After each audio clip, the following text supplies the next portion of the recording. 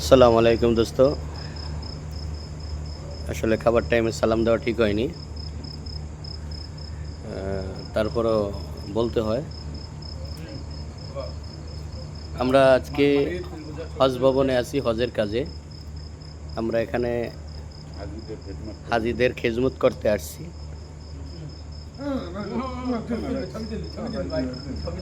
তোমার নাম কি?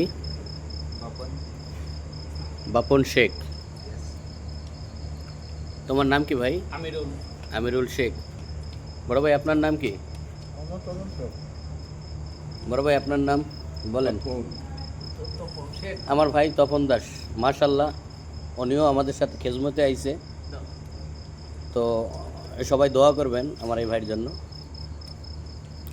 আমরা একসাথে সবাই আসছি, এখন খাবার খাচ্ছি।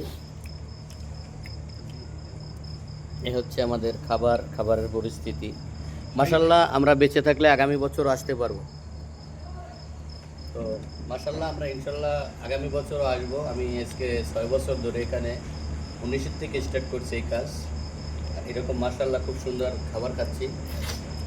আমার যে টিম, আশা করি যদি আমার সঙ্গ থাকে আগামী বছরও আসবে। এই বলে আমি শেষ করছি আমার বক্তব্য। আল্লাহ হাফেজ।